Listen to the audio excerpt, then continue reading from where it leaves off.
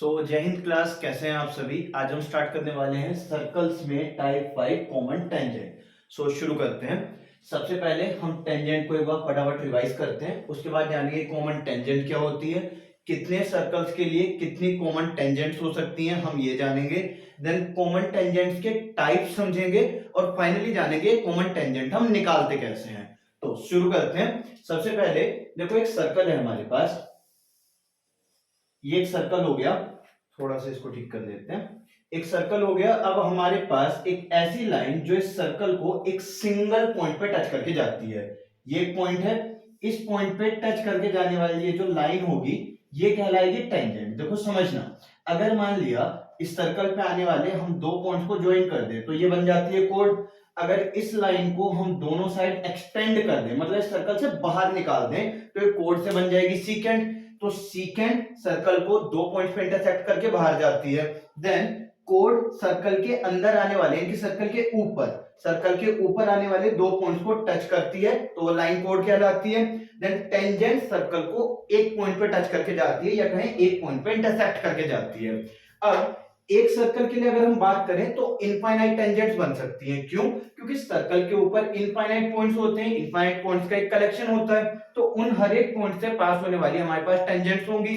जैसे यहां से एक टेंजेंट पास होके जाएगी, एक टेंजेंट यहां से पास होके जाएगी, एक टेंजेंट यहां से पास होके जाएगी। इसी तरीके से हमारे पास इनफाइनाइट पॉइंट्स हो जाएंगे जिनसे पास होने वाली टेंजेंट हो जाएगी। तो एक सर्कल पे कितने टेंजेंट्स ड्रॉ हो सकती हैं? इनफाइनाइट। अब हमने बात करी कॉमन टेंजेंट की। तो कॉमन तो कोई भी चीज मिनिमम दो ऑब्जेक्ट्स के लिए होती है ना। कॉमन का मतलब जो दोनों में सेम है, मिनिमम दो ऑब्जेक्ट्स में सेम है। तो कॉमन टेंजेंट्स का मतलब क्या हो जाएगा?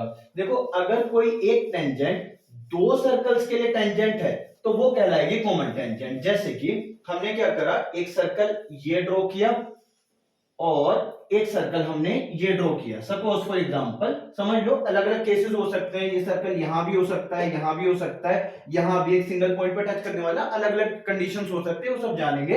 पहले समझो कि देखो हमारे पास दो सर्कल्स हैं। अब एक टेंजेंट जो इसके लिए भी टेंजेंट है और इसके लिए भी टेंजेंट है, यानी कि दोनों को ना एक एक पॉइंट पे टच करके जाने वाली जो लाइन होगी ये हमारे पास में कॉमन टेंजेंट कहला रही होगी।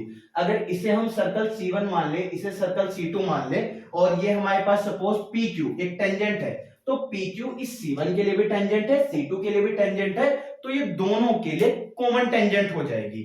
ये हमारे पास दो सर्कल्स, ये टेंजेंट इसके लिए भी है, ये टेंजेंट इसके लिए भी है, तो इन दोनों के लिए कॉमन टेंजेंट हो जाएगी। हम इसमें जानना चाह रहे हैं कि जो कॉमन टेंजेंट है ये कितने टाइप्स की बन सकती है। कॉमन टेंजेंट को होपफुली आपको मीनिंग समझ आ गया होगा। एक टेंजेंट जो दोनों के लिए सेम हो, दोनों के लिए कॉमन हो। नाउ हमारे पास में दो सर्कल्स कितने तरीके से एक दूसरे से इंटरेक्ट कर सकते हैं, वो नंबर ऑफ कॉमन टेंजेंट्स को डिफाइन करेगा। ये पार्ट सुनना ये बहुत इंपॉर्टेंट है, इसके बेसिस पे क्वेश्चन बहुत कॉम्प्लिकेटेड होकर आता है। देखो समझना, अगर मैंने मान लिया एक सर्कल बनाया, ठीक है, एक सर्कल ये है, दूसरा सर्कल इसके अंदर है, ठीक। जरूरी नहीं है कि ये दोनों कंसेंट्रिक सर्कल्स हैं, मतलब ऐसे भी हो सकता है कि एक सर्कल हमारे पास ये है और दूसरा सर्कल जैसे यहां पे छोटा सा बन रहा है। कंसेंट्रिक सर्कल्स का मतलब होता है ऐसे सर्कल जो कॉमन सेंटर के साथ बनते हैं, तो इस तरीके से कंसेंट्रिक सर्कल बन जाएगा। हम ऐसे नहीं कह रहे, वो मेंडेशन नहीं है। कंडीशन यहाँ पे बस इतनी है कि एक सर्कल दूसरे वाले के अंदर आ रखा है, एक सर्कल दूसरे वाले के अंदर आ रखा है। अब इससे होगा क्या, इन दोनों में एक भी कॉमन पॉइंट नहीं है। आप देख सकते हैं ये चीज, एक सर्कल अगर दूसरे वाले के इंटीरियर में आ गया और कहीं पर भी उसको टच नहीं कर रहा होगा तो इन दोनों में कोई भी कॉमन पॉइंट नहीं होगा, ठीक है।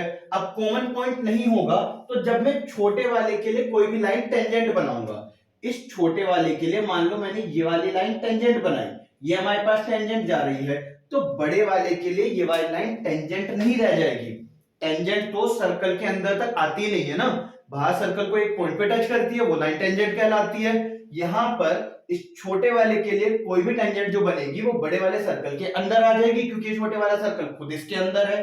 तो यहां पर नंबर ऑफ कॉमन टेंजेंट्स हमारे पास कितनी आ जाएंगी? जीरो। पहली कंडीशन आपके पास क्या बनी, जब हमारे पास जीरो कॉमन टेंजेंट्स आ रखे, यहां पे मैं लिख देता हूं जीरो कॉमन टेंजेंट्स, ये जीरो कॉमन टेंजेंट्स का केस हो गया। सेकंड सर्कमस्टेंस देखते हैं, हमारे पास एक कॉमन टेंजेंट कब बन रही होगी। देखो सारी कंडीशंस को ध्यान से सुनना, बेहतर होगा आप रट्टा ना मारे, आप समझ लें। तो पहला केस हमने जाना, जब आपके पास जीरो कॉमन टेंजेंट बन रखी है, वो कब आया, जब एक सर्कल दूसरे के इंटीरियर में है और कहीं पर भी उसको टच नहीं करता। ये खास बात है कि ये इसको टच नहीं करता। मैं बार बार रिपीट क्यों कर रहा हूं, क्योंकि देखो एक सर्कल अगर मैंने ये बनाया और दूसरा सर्कल मैं अभी भी इसके अंदर ही बना रहा हूं, लेकिन मैं इस पॉइंट पर इस वाले सर्कल को टच करवा देता हूं, ठीक है, इस एक पॉइंट पर मैं इस छोटे वाले सर्कल को टच करवा देता हूं। दोनों केसेस में छोटे वाला सर्कल इंटीरियर में है, यहां पे टच नहीं कर रहा है, यहां पे टच कर रहा है। इससे क्या फर्क पड़ जाएगा, ये जो मेरे पास पॉइंट आया ना, एक सिंगल पॉइंट पी, जहां पे छोटे वाला और बड़े वाला सर्कल टच करते हैं, अगर मैं एक टेंजेंट इस तरीके से ड्रॉ कर लेता हूं कि वो इस पी पॉइंट को टच करते हुए निकल जाए, तो समझो वो छोटे वाले सर्कल C1 के लिए भी टेंजेंट है और बड़े वाले सर्कल C2 के लिए भी टेंजेंट है। तो ऐसे सिनेरियो में दोनों सर्कल्स के लिए एक टेंजेंट बन रही है और ये maximum number of common tangents है। दोनों सर्कल्स एक ही पॉइंट पर टच करते हैं, सिर्फ एक ही पॉइंट ऐसा होगा जिससे पास होने वाली जो टेंजेंट होगी वो दोनों के लिए सेम होगी, दोनों के लिए कॉमन होगी। तो हमारे पास यहाँ पे नंबर ऑफ कॉमन टेंजेंट्स कितने बन रखे हैं, 1। ये हो गया 1 कॉमन टेंजेंट। सीटी मतलब कॉमन टेंजेंट हो गया, आप इसको कंप्लीट लिख लेना। ये केस हमारे पास बना। थर्ड केस समझना, देखो हमारे पास में एक सर्कल ये आ गया, ठीक है, और दूसरा सर्कल हमारे पास ये वाला आ गया। देखो धीरे धीरे अब ये जो अंदर वाला सर्कल है बाहर निकल रहा है, आप समझना। पहले सर्कल अंदर था, zero common point, zero common tangent, one common point ये किनारे पे आ गया, वन कॉमन टेंजेंट। अब ये थोड़ा सा बाहर निकल गया, तो अब यहां पर दो इंटरसेक्शन वाले पॉइंट्स आ गए, ठीक, दो इंटरसेक्शन वाले पॉइंट्स आ गए। क्वेश्चन आपको ये फिगर देकर नहीं आएगा कि maximum number of common tangents बताओ, क्वेश्चन में आपको ऐसे आएगा, two circles are such that intersect each other at 2 points, या तो ऐसे आ जाएगा, या आपको आ रखा होगा कि इस वाले का रेडियस है मान लो 5 सेंटीमीटर, इस वाले का रेडियस है 4 सेंटीमीटर, इन दोनों के सेंटर्स के बीच में इतना डिस्टेंस आ रखा है। तो वहां से ना आपको फिगर बनानी पड़ेगी कि ये वाला जो सर्कल होगा ये इसके अंदर लाई करेगा, बाहर लाई करेगा, दो पॉइंट्स पे इंटरसेक्ट करेगा, एक ऐसा सिनेरियो बनेगा, ये रेडियस से आपको जज करना पड़ेगा। तो अगर आप एक बार यहां तक पहुंच जाते हैं कि सर्कल दो पॉइंट पे इंटरसेक्ट कर रहे हैं, तो अब देखो कॉमन टेंजेंट्स कितनी बनेगी, हमारे पास एक पॉइंट, ये पॉइंट, और इस तरीके से जाएगी एक कॉमन टेंजेंट, और इसी तरीके से हमारे पास जाएगी दूसरी कॉमन टेंजेंट। यानी कि दो सर्कल्स जब दो पॉइंट्स पे इंटरसेक्ट करते हैं तो नंबर ऑफ कॉमन टेंजेंट्स भी दो हो जाती हैं। तो यहां पर बन रखी होंगी दो कॉमन टेंजेंट्स। हमने तीन सिनेरियो समझे, जीरो कॉमन टेंजेंट कब बनेगी, एक कॉमन टेंजेंट कब आ रखी होगी और दो कॉमन टेंजेंट कब आ रखी होंगी। होपफुली यहां तक आपको समझ आ गया होगा। और देखो सर्कल को ना धीरे धीरे बाहर निकाल रहे हैं, आप इसको समझना। पहले सर्कल यहां था, फिर हम किनारे पे ले आए, एक कॉमन पॉइंट आ गया, फिर ओ थोड़ा बाहर ले आए, यहाँ पे दो इंटरसेक्शन पॉइंट हो गए, अब हम ओ थोड़ा सा बाहर ले आएंगे और ये एक्सटर्नल में हमारे पास सर्कल आ जाएगा। जैसे कि देखो चौथा केस समझना, इसमें क्या हुआ, एक सर्कल ये हो गया, ठीक, और एक सर्कल हमारे पास यहां पर आ गया इस जगह पर, कि ये सर्कल बाहर आ चुका है बट इसको अभी भी एक कॉमन पॉइंट पे टच कर रहा है, दोनों में एक इंटरसेक्शन पॉइंट है, ये आपस में ऐसे कट नहीं हो रहे हैं बट इस पॉइंट पे आके दोनों टच हो जा रहे हैं। तो ऐसी स्थिति में देखो क्या होगा, आपके पास में एक कॉमन टेंजेंट जो पहले ये वाली थी ये अभी भी एज इट इज बन रही होगी, ये हो गई। देन उसके बाद में एक कॉमन टेंजेंट आपके पास कुछ इस तरीके से बन जाएगी, ये हमारे पास दूसरे वाली कॉमन टेंजेंट हो गई। इतना सही है, इतना होपफुली आपको आ रहा होगा। तीसरी कॉमन टेंजेंट इस पॉइंट पर बनेगी जिस जगह पर ये दोनों मीट हो रहे हैं, एक दो, और तीसरे वाली टेंजेंट कुछ इस तरीके से आ जाएगी। तो तीसरी टेंजेंट आपके पास में ऐसे बन जाएगी। ये मार्कर की वजह से ना आपको थोड़ा सा थिक दिख रहा होगा, थोड़ा सा मोटा दिख रहा होगा, तो आपको लग रहा होगा काफी सारे पॉइंट्स हैं, बट एक्चुअल सिनेरियो में काफी सारे पॉइंट्स नहीं होते। सर्कल इस तरीके से टच हो रहे होंगे और इसी पॉइंट से पास होकर जाने वाली एक लाइन होगी। अब लाइन की थिकनेस नहीं होती है इन एक्चुअल, जो आपके पास में लाइन होती है ये एक ब्रेथलेस आइडेंटिटी होती है, मतलब इसकी मोटाई को नहीं गिना जाता। आप अगर लाइन को ऐसे डार्क भी बना रहे होंगे ना तो इसकी थिकनेस को नहीं काउंट करा जाता।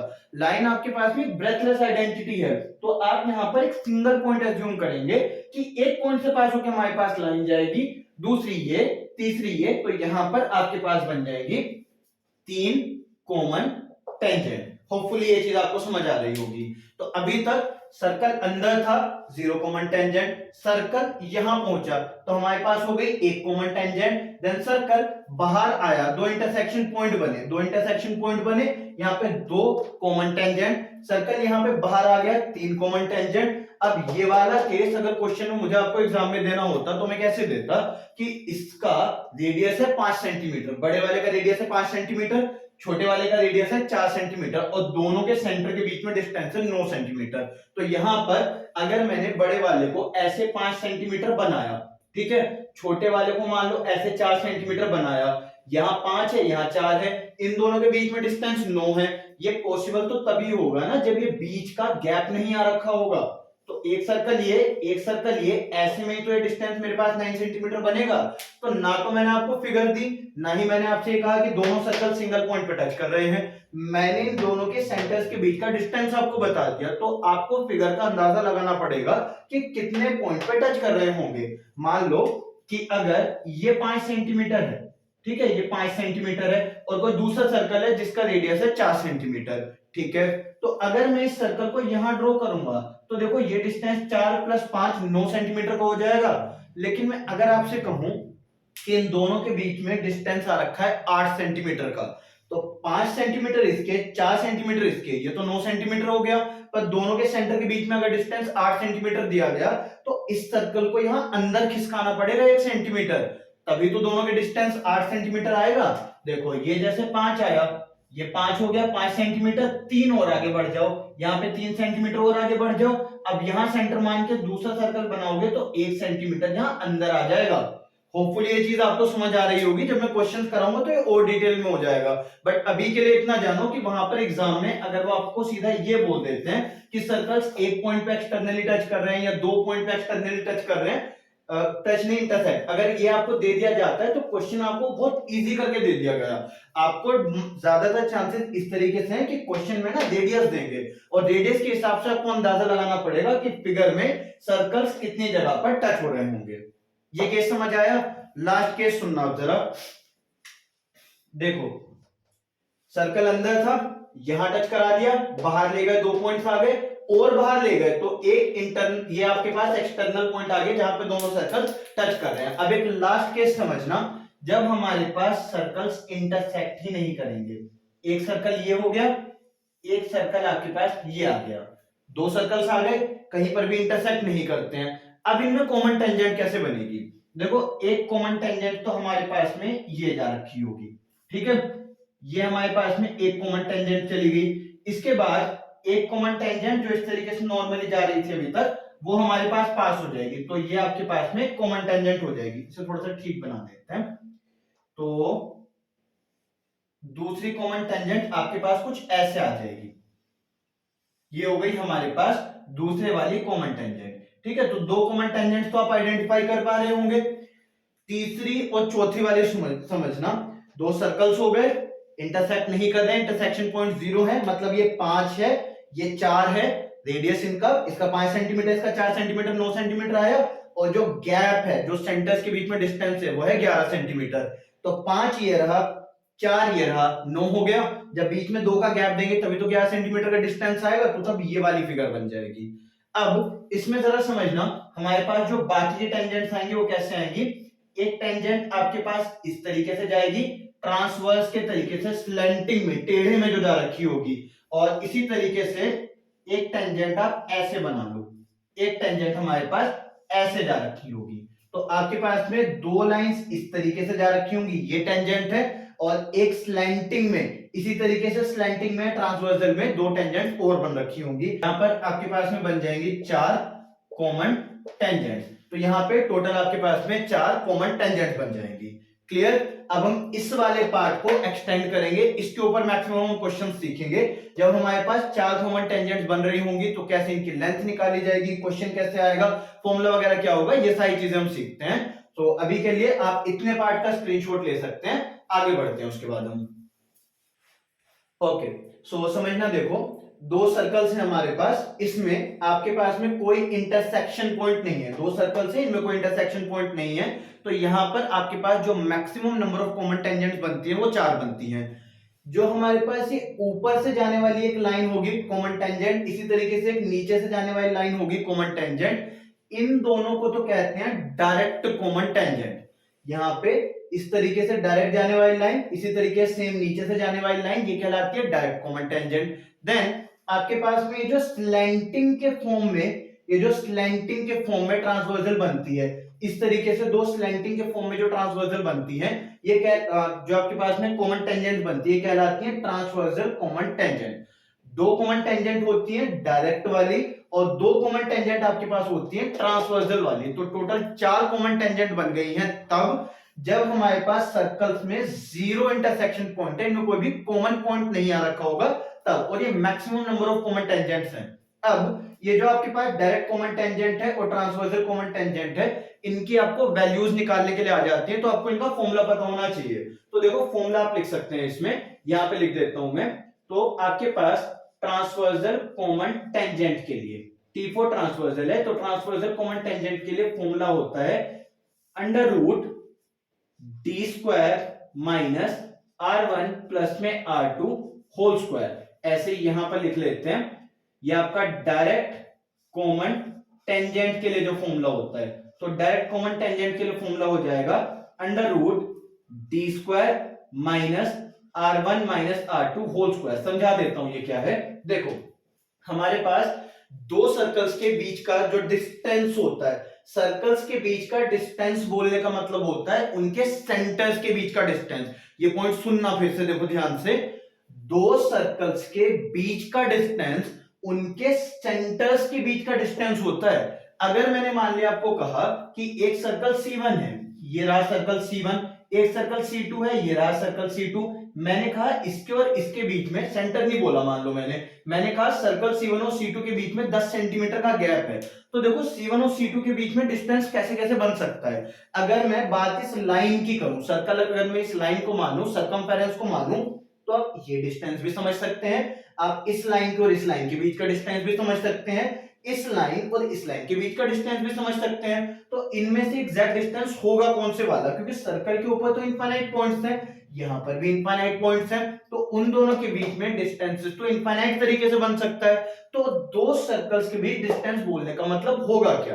देखो सर्कल का डिस्टेंस मेजर होता है यहां से, ना यहां से ना यहां से, मेजर होता है इनके बीच से, यानी कि सेंटर से।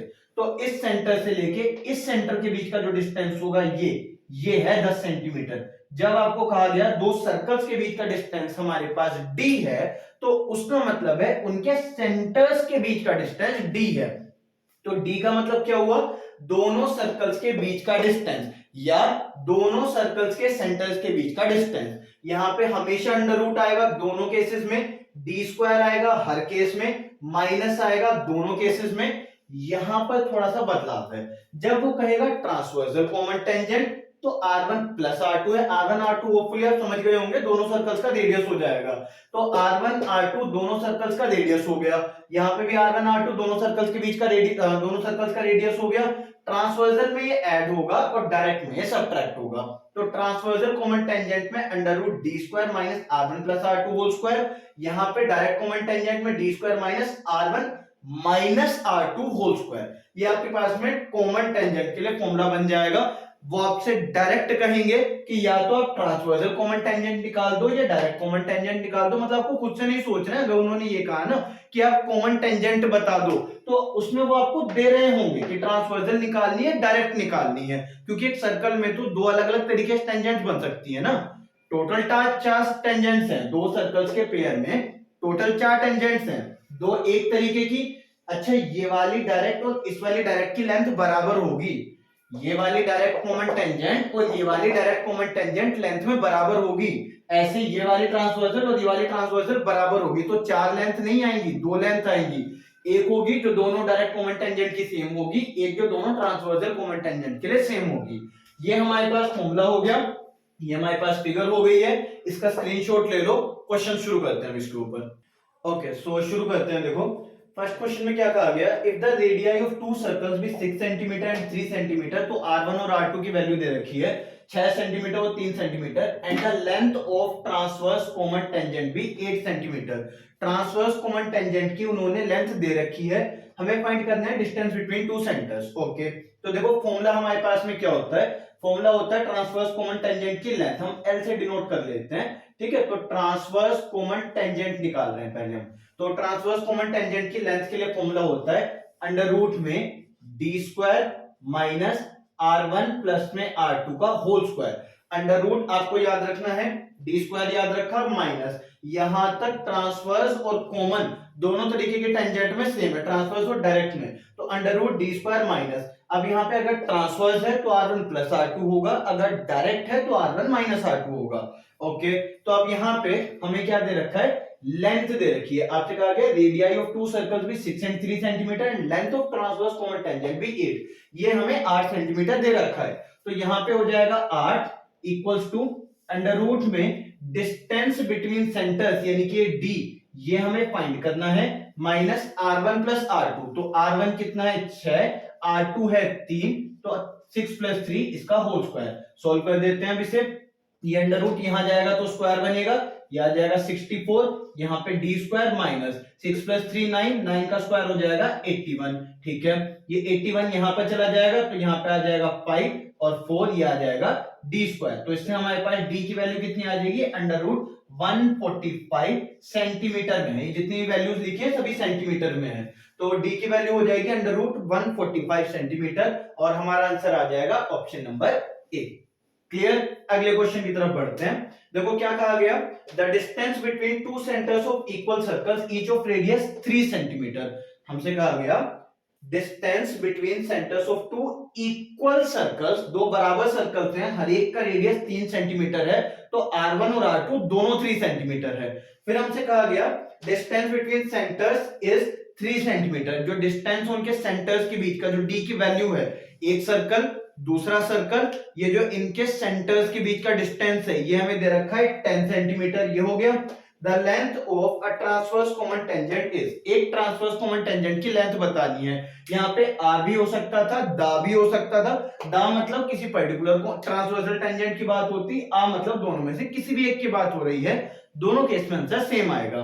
ट्रांसवर्स कॉमन टेंजेंट दो होती है टोटल और दोनों की लेंथ बराबर होती है। सो ट्रांसवर्स कॉमन टेंजेंट के लिए फॉर्मूला क्या होता है, length is equals to under root D square minus r1 plus में r2 होल स्क्वायर, यहां पे हमेशा माइनस आएगा, यहां पे प्लस आएगा अगर ट्रांसवर्स कॉमन टेंजेंट है, डायरेक्ट कॉमन टेंजेंट होगी तो यहां माइनस आएगा।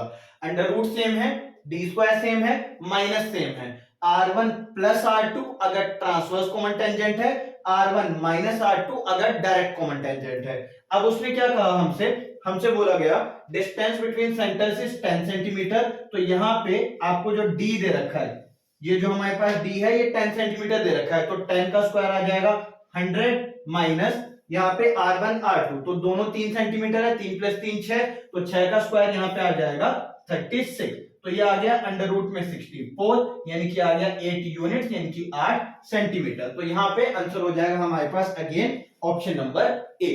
कुछ नहीं कर रखा है हमने, बस ट्रांसवर्स कॉमन टेंजेंट का और डायरेक्ट कॉमन टेंजेंट का फॉर्मूला याद कर रखा है। फॉर्मूला है under root D square minus r1 plus r2 whole square. D हमारे पास दोनों सर्कल्स के सेंटर्स के बीच का डिस्टेंस, मतलब अगर हमने एक सर्कल ये बनाया और एक सर्कल अगर हमने ये बनाया तो हमारे पास ये जो डिस्टेंस है ये है d, इसका रेडियस है r1, इसका रेडियस है r2, और हमारे पास में जो ये वाली टेंजेंट जा रही होगी ये कहलाएगी ट्रांसवर्स कॉमन टेंजेंट। ऐसे ही हमारे पास एक यहाँ पे टेंजेंट बन सकती है तो ये कहलाएगी ट्रांसवर्स कॉमन टेंजेंट, दोनों ट्रांसवर्स हैं। इसके बाद ये जो टेंजेंट बन रखी होगी ये डायरेक्ट है, ये जो टेंजेंट बन रखी होगी ये डायरेक्ट है, तो दो टेंजेंट जो सर्कल से आगे जाके मीट हो जाएंगी ये आपकी डायरेक्ट कॉमन टेंजेंट है, और जो इन दोनों सर्कल्स के बीच में ही इंटरसेक्ट कर जाती हैं ये ट्रांसवर्स कॉमन टेंजेंट है। होपफुली ये क्लियर हो गया होगा आपको।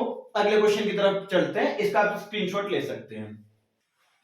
ओके, सो शुरू करते हैं। देखो फर्स्ट क्वेश्चन में हमसे क्या कहा गया, two circles are of radius 7 centimetre and 2 centimetre. अच्छा रेडियाई ना, रेडियस की प्लूरल फॉर्म होती है, रेडियसेस कुछ नहीं होता, रेडियस की जो प्लूरल फॉर्म होती है वो रेडियाई होती है। तो दो रेडियस की बात हो रही है तो यहाँ पे 7 और 2 के लिए यहाँ पे रेडियाई डाला। सो दो सर्कल्स हैं जिनका रेडियस है 7 सेंटीमीटर और 2 सेंटीमीटर, उनके सेंटर्स बीइंग 13 सेंटीमीटर अपार्ट, इनके सेंटर्स के बीच में 13 सेंटीमीटर का गैप है। तो ये क्या दे रखा है आपको, डी दे रखा है कि दो सर्कल्स हैं, दोनों के रेडियस दे रखे हैं, दोनों के सेंटर्स के बीच का डिस्टेंस दे रखा है, वो दे रखी है आपको डी की value. Then the length of direct common tangent, DCT मतलब डायरेक्ट कॉमन टेंजेंट, वहां पर आपको कंप्लीट नाम लिखा आएगा, ये कोई स्टैंडर्ड एब्रिविएशन नहीं है। ओके तो डायरेक्ट कॉमन टेंजेंट की हमें लेंथ निकालनी है। सिंपल से यहाँ पे फॉर्मूला लग रहा होगा, तो यहाँ पे length of direct common tangent के लिए फॉर्मूला होता है under root D square minus, यहां तक का हिस्सा सेम है, under root D square minus transverse common tangent हो या डायरेक्ट कॉमन टेंजेंट हो, यहां तक का हिस्सा सेम है। इसके बाद में अगर डायरेक्ट कॉमन टेंजेंट है तो r1 माइनस r2 का होल स्क्वायर हो जाएगा, अगर ट्रांसवर्स कॉमन टेंजेंट होती है तो यहाँ पे r1 प्लस r2 का होल स्क्वायर हो जाता। क्लियर। अब इसे वैल्यू को निकालते हैं, तो ये हमारे पास आ जाएगा अंडर रूट में, यहाँ पे दोनों सेंटर्स के बीच का डिस्टेंस कितना है 13, तो ये आ जाएगा अंडर रूट 13 का स्क्वायर यानी कि 169 माइनस r1 माइनस r2, तो यहाँ पे 7 माइनस 2 का स्क्वायर हो जाएगा, तो ये हो गया 7 माइनस में 2 का स्क्वायर, तो ये वैल्यू हमारे पास आ जाएगी अंडर रूट में 169 माइनस 7 माइनस 2 5 का स्क्वायर, ये हो जाएगा 25, तो रूट 169 माइनस 25 ये हो जाएगा रूट 144, दैट मींस ये हो जाएगा 12 यूनिट यानी कि 12 सेंटीमीटर। तो इसमें आंसर आ जाएगा आपका ऑप्शन नंबर ए। क्लियर है, होपफुली आराम से समझ आ गया होगा, बस हमने यहाँ पे फॉर्मूला पुट कर रखा है, ये तीनों वैल्यूज हमें दे रखी थी, हमने बस सिंपलीफाई किया, फाइनल आंसर आ गया। अगर आपको फॉर्मूला याद होगा तो ये क्वेश्चन आराम से सॉल्व हो जाएगा। सेकंड में हमसे क्या कहा गया, distance between centres of two circles of radius 4 and 9 centimetre 13। Again आपके पास में डायरेक्ट क्वेश्चन है, r1 और r2 की वैल्यू दे रखी है, d हमारे पास दिया गया और आपको फाइंड करना है यहाँ पे length of direct common tangent. इसका भी आंसर वैसे सेम ही आएगा, बट हमारे पास देखो लेंथ ऐसे निकलेगी अंडर रूट में d का स्क्वायर यानी कि 13 का स्क्वायर, तो ये आ जाएगा 13 का square minus r1 minus r2, तो 9 माइनस में 4 का स्क्वायर, तो ये हो जाएगा 169, 9 माइनस 4 5 का स्क्वायर हो जाएगा 25, ये आ जाएगा पूरा अंडर रूट में, ये आ जाएगा रूट 144, तो अगेन इसका आंसर भी आ जाएगा 12 सेंटीमीटर, दैट मींस हमारे पास आंसर आ जाएगा ऑप्शन नंबर बी, ये आपका फाइनल आंसर हो जाएगा। क्लियर। इन दोनों केसेस में बस हमने ये करा, डायरेक्ट कॉमन टेंजेंट और ट्रांसवर्स कॉमन टेंजेंट के फॉर्मूलास पुट करे, सिंपलीफाई किया, इससे आपके पास फाइनल आंसर आ गया। इसका स्क्रीनशॉट ले सकते हैं आप, आगे चलते हैं अब हम। ओके सो शुरू करते हैं। देखो क्वेश्चन में क्या कहा गया, there are two identical circles of radius 10 centimetre each. अगर यहाँ पे ईच नहीं लिखा होता ना और ये भी लिखा होता there are two identical circles, तो आइडेंटिकल का मतलब इक्वल होता है, तो सेम, जो एक दूसरे को डिप्टो सेम हो, जो एक दूसरे के रेप्लिकास हो। तो दो आइडेंटिकल सर्कल्स का मतलब दोनों सर्कल बराबर हैं, और एक सर्कल कितना बड़ा ये कितना छोटा होगा ये सिर्फ उसके रेडियस पर डिपेंड करता है। तो अगर दो सर्कल्स आइडेंटिकल हैं इसका मतलब उन दोनों का रेडियस बराबर है। तो क्या कहा गया, there are two identical circles of radius 10 centimetre each, तो मतलब r1 और r2 की वैल्यू 10 है दोनों की।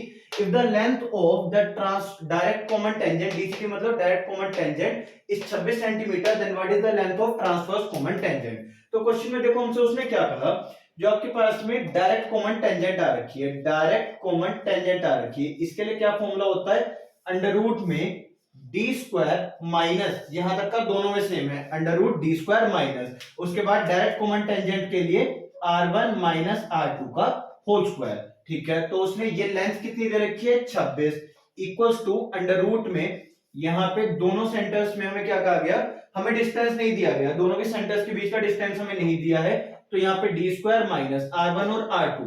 अब समझना यहाँ पे हमारे पास r1 भी 10 है, r2 भी 10 है, तो ये वैल्यू 10 माइनस 10 सीधा 0 हो जाएगी, और 0 का स्क्वायर आपके पास में 0 ही आ जाएगा। अब ये अंडर रूट यहाँ पे जाएगा तो ये आ जाएगा 26 का स्क्वायर, ये आ गया डी स्क्वायर, तो यहाँ से डी की वैल्यू कितनी आ गई, डायरेक्टली 26, ये हमारे पास आया।